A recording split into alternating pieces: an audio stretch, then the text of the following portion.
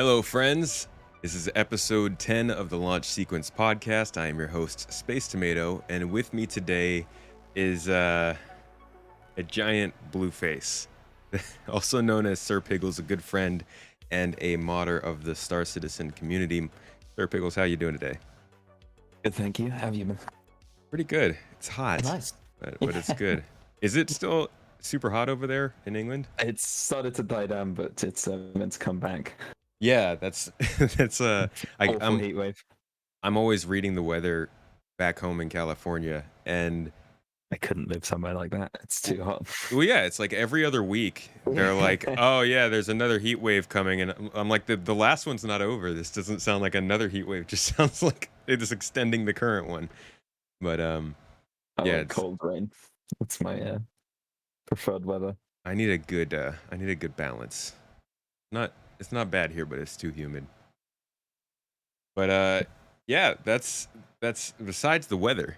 Um, let's just jump right into the Star Citizen talk. That's why most people come.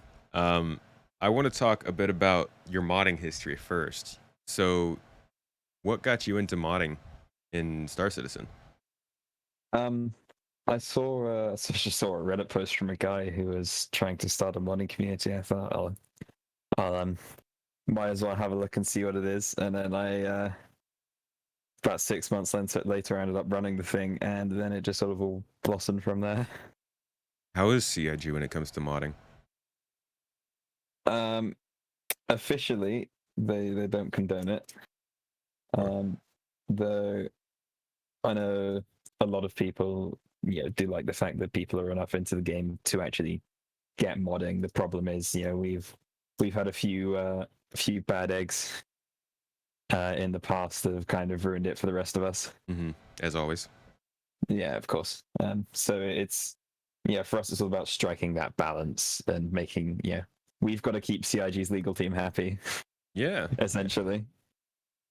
they have spoken about having mods of or the at least the possibility of having mods in the finished game, right? Like actually. Yeah, it was a very long time ago. Mhm. I think it was in 2013, 2014ish. That is But long ago. yeah, the general idea was, we want to have mods on your own private servers. Oh, that would be cool. I Yeah. do hope that still ends up happening. I really do. So in the UK, some of the exciting recent news we've heard in Star Citizen, it actually is specifically about the UK, is that Chris Roberts and his family will be moving to the UK to get kind of set up with the new studio that they're I think they're expanding. They're moving offices, and some people that his words were that he's moving over there to finish it up, not to, you know, not that it is immediately going to be finished or anything like that, but that's pretty exciting. Do you think it's going to be close? You think it's from what you've at least heard, from the rumors you've heard, from what you've seen and what you're thinking, what do you think of Squadron 42? Chris Roberts is incredibly optimistic. He Is is. is what I'd first say. He is. Um, But he's never moved countries for it before. Actually, maybe he no, he has. hasn't. I don't. That is true. I'd say that we're definitely closer to the end than the start. Squadron 42 has gone through many redesigns in the past. Yeah. Uh, but he's doing what any he's doing what logically makes sense, to be brutally honest. Hmm. The team in the UK is very much the Squadron 42 team, and as any director of a film or a game or anything, it's very hard to actually direct that if you're not there, especially for somewhere living like LA. That's what, a 6-7 hour time difference. Yeah. Yeah. It's horrible. I hate it. That barely leaves a couple of hours. That barely leaves a few hours during the day that they can actually communicate, and it's just, yeah. Yeah. Having worked with people in LA, it's very difficult. So Mhm. I imagine that would be the reasoning behind it. Obviously, I don't know Chris, and there might be other reasons, but from a purely outsider's point of view, it seems like a decent move. Have you ever done one of their studio tours in England? No, I haven't. No. Not sure they'd let me on one these days, to be honest. Got a bit of a reputation. Yeah. I know a couple people who have done them. I think if I did end up if we ended up moving to Southern California, I'd love to do one in a Los Angeles office. But Yeah, I was well, like, I'm on the wrong end of the country anyway, so ah, yeah, it's a long they're. long trip. I'm always confused about their studios in England because they talk about Wilmslow and Manchester is where CitizenCon takes place. Is that how it works? So yeah, Manchester's where CitizenCon happened. Hmm. Wilmslow is basically next to Manchester. Okay, just a smaller city probably next to it. Yeah, Okay, it's nearby. and that's where Foundry 42 is, I think. Yeah, Okay. and they also have a mocap studio not too far away, I think, as well. The mocap actually is a fun topic. Have you ever seen somebody when they mention they're doing like some mocap work on a monthly report or in a roadmap or something like that, and you see the comments, people are like, "Oh, they're just now doing mocap. The game is so far away." Um, Um, Go ahead. sorry, I thought you were going to finish asking a question. No, go ahead. Okay. Yeah, mocap work is always done. There's always more animations that need to be done. There's animations that need to be redone as things get changed. Everything's a changing process. So saying, "Oh, we're doing mocap" is no way a sign of, "Oh, we're nowhere near the end." Um, I'm sure you've seen games where they do comparisons of like the launch trailer versus the actual release, and it's different despite only being a couple of weeks apart. Yeah, yeah. Yeah, it's things like that. It's always changing, so Hmm. there isn't really any reason to be concerned if you see that. Yeah, that's there. But then again, if you paid attention to every Reddit comment about what the state of the game was, then you'd probably never want to follow this game again. It's so.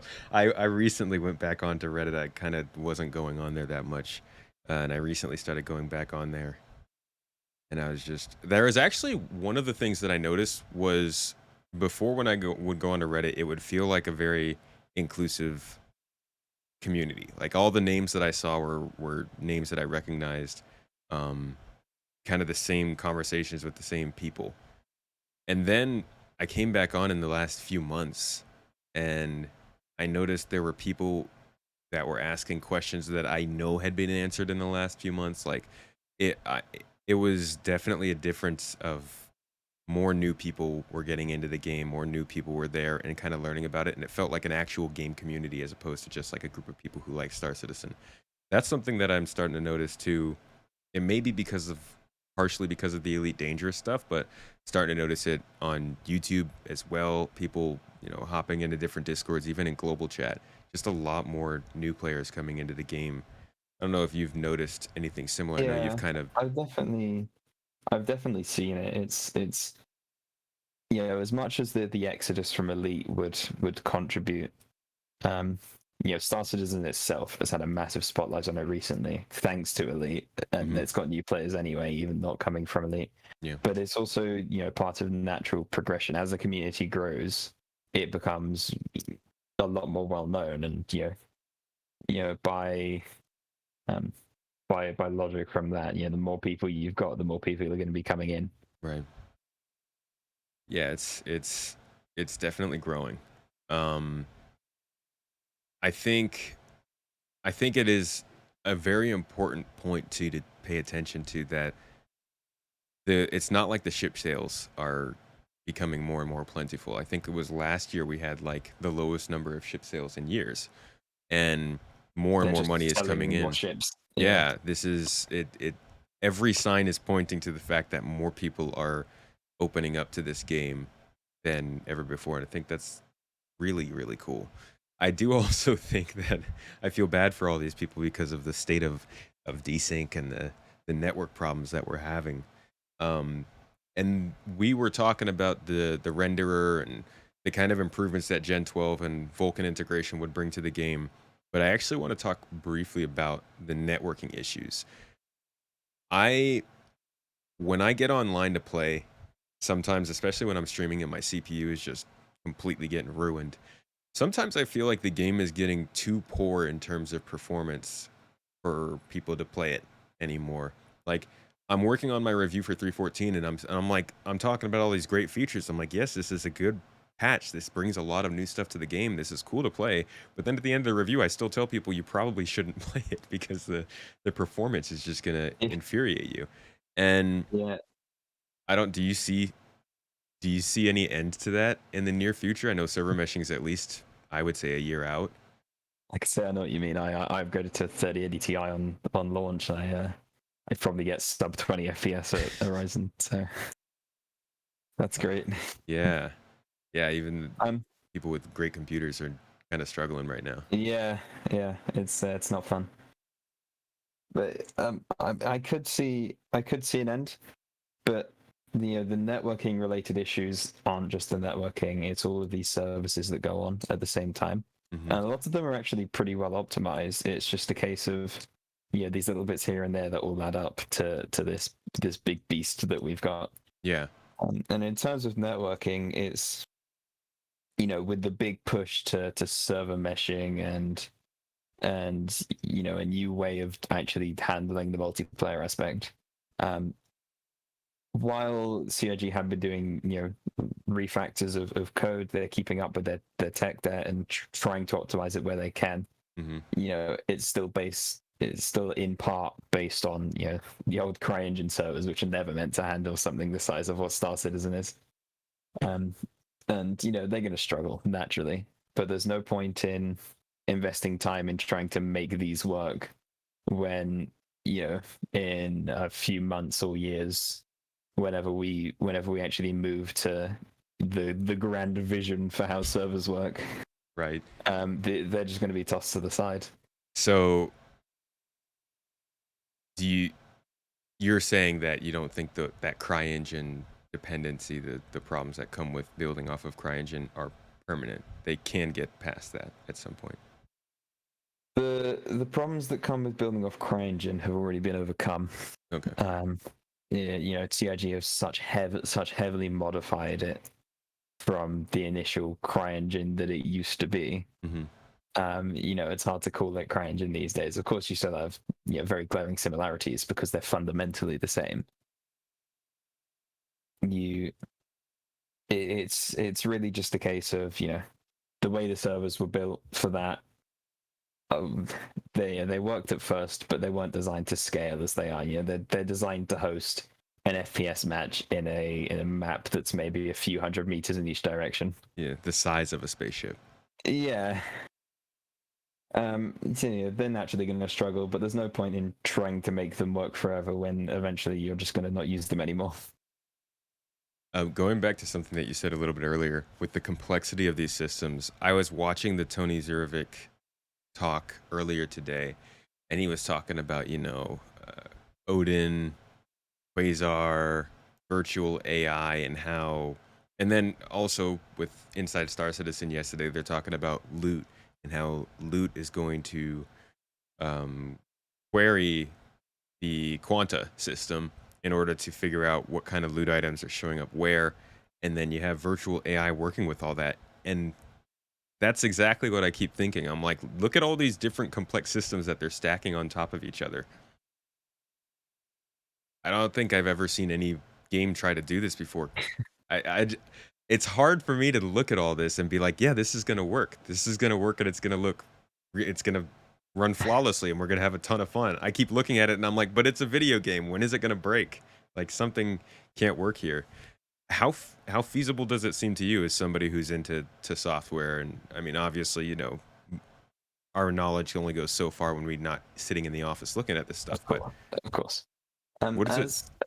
As Quanta goes, obviously something like Quanta is extremely unique implementation. There isn't really a lot like that out there, at least that comes to mind. There might And be some that others that I don't know about. the unique side of that, what exactly would that? What part of that is it that Um, sets it apart?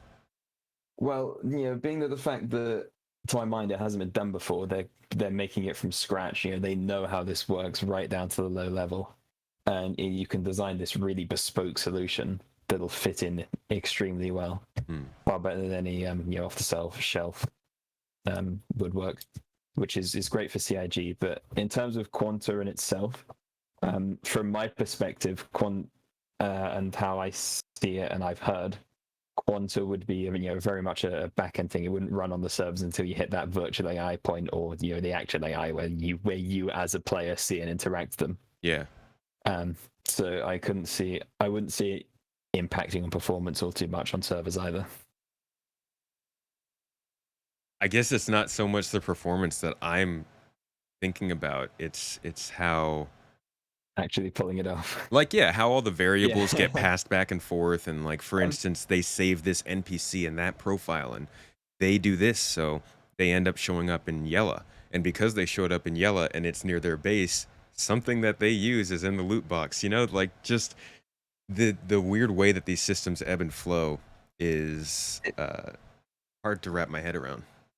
It sounds really big and difficult when you look at it on like a macro scale. Mm-hmm. But when you get down to it, it's not simple. It's still definitely a very complex system that is very difficult to implement. Yeah. But it's something that could quite feasibly be done pretty well. And CIG's engineers have shown in the past that they are perfectly capable of handling systems like this in complexity. So I've got faith that it'll work. They've been impressing me time and time again. Yeah. Most of the teams at the studio have been pumping out stuff this last year that I'm just like, this is very, very cool work. Yeah. Yeah. No, it's personally, given CIG's track record, I've got faith that they'll pull it off. So at some point, yeah. Yeah, at some point. Who knows when they'll do it? Yeah, exactly. Going back to the network stuff that's going on, this is a big question that I see a lot. People, or rather, I guess a prediction. Is a prediction a theory, a hypothesis? I don't know. But you see people say this kind of stuff a lot.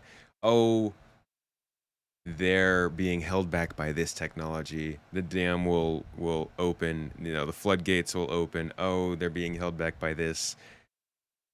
People have kind of settled now on the idea of network issues being what is holding content back.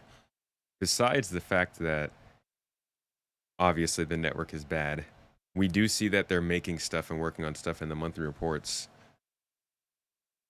So there is stuff being held back. Do you think it is to the extent people believe like they're going to release Pyro and Nyx at the same time? Do you think that they've got another system in the background, like they're working on Terror or something? They're always working on systems. There's nothing special about. I mean, come on, look at that. The new Turbulent studio that's entirely working on systems. Yeah. Uh, but do you think they're working on the others besides these main, I guess, four now? Stanton, Pyro, Nyx, and Odin. It's all I can say is I don't really know. Yeah. Nobody knows for sure. Yeah, only CIG knows. In terms of things being held back by tech, I mean, there's always an element of that. Things have dependencies. But people have said the same thing all throughout Star Citizen happening. Oh, everything will get better when we get object container streaming. Oh, when server-side object container streaming works, we'll have it. Oh, when platform persistence comes in, everything will be amazing. The carrot. Yeah, it never. There's never one thing that's holding something back, and if something was in a state where CIG thought they could release it and it would be taken down well, they would probably release it. Yeah. It's just a case of there's all these mission givers being made, but they don't. But do they fit in Stanton or for example, would they be being made? But they're being made for Pyro, so why would you stick in Stanton? Or we've already got 3 mission givers at this location. We don't need more. That. So that's kind of like they stopped doing the mission givers. I think right before Microtech, because they had 1 or 2 mission givers that were lined up to be in New Babbage. And then they stopped doing that. I figured that's just because there's any more and everything just stops working. I mean, Miles Eckhart already kind of doesn't really work that reliably. Yeah, it's sort of an AI issue, really. That's an AI issue? Well, there's an element of AI issues because, Miles Eckhart, when you get to him, he'll still run through his AI trees. What do I need to do? Mm-hmm. I need to talk to them. I need to give them the mission, things like that. It's not just there is an element of a script, but you still have to do it. It's like the bartenders; they're all a bit weird Yeah, yeah. I on always islands just as assumed well. that But was yeah, the server causing that. Because it's a bit of the server as well. uh, It's yeah, there is an element of limited resources. They can't get it in. right. But to be honest, knowing CG in the past, I don't see that stopping them. hmm The whole them removing what did they remove? Delamar. Delamar, well, Yeah. Delamar was only ever meant to be temporary. It was a landing zone that they'd done, and they Mhm. needed a landing zone to go in for 3.0. So The that's original. Yeah, that was an exciting one.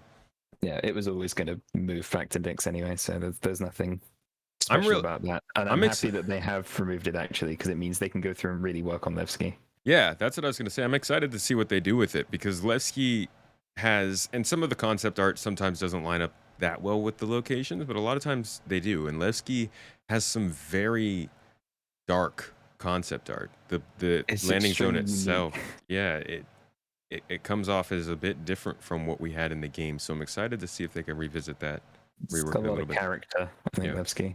yeah.